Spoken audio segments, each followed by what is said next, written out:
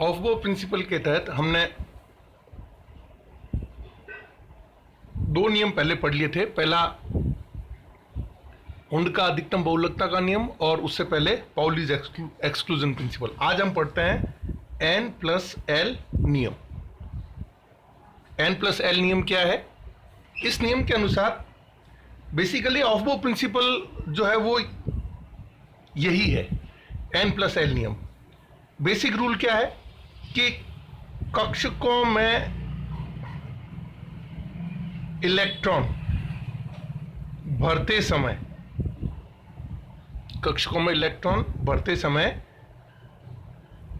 एक ही चीज का ध्यान रखा जाता है, वो है सबसे कम ऊर्जा का कक्षक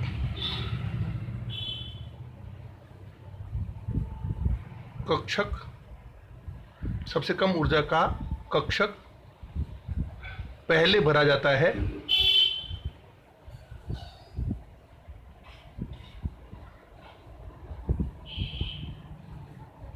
और उसके बाद उससे अधिक ऊर्जा का कक्षक भरा जाता है। तो कक्षकों की ऊर्जा जो है वो निर्धारित करने के लिए नियम है ये।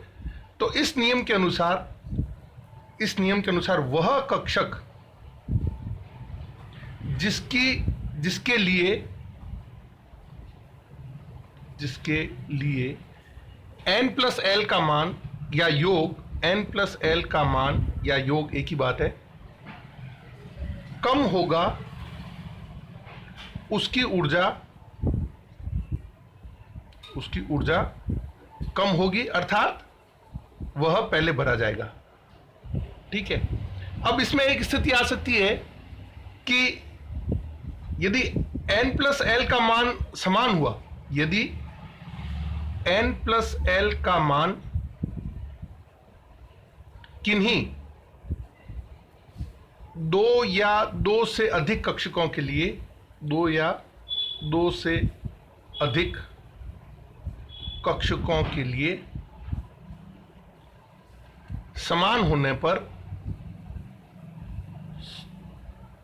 उस कक्षक की ऊर्जा कम होगी, उस कक्षक की ऊर्जा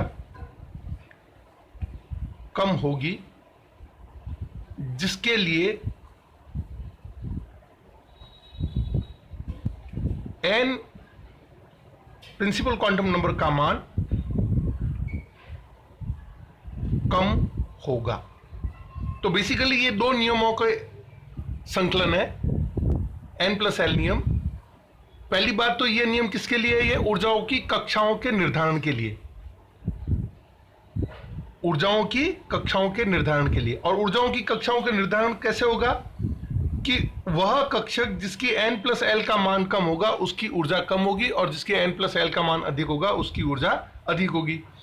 और इसमें बी पार्ट ये है कि ऐसे हम आगे उदाहरण देखेंगे कि ऐसे कई कक्षक हैं जिनके n प्लस एल का मान समान होता है। तो उस स्थिति में उस कक्षक की ऊर्जा कम होगी जिसके के लिए n का मान कम होगा। अब हम प्रत्येक कक्षक के लिए n प्लस एल के मान की ऊर्जा का निर्धारण करते हैं। ये n का मान, ये l का मान,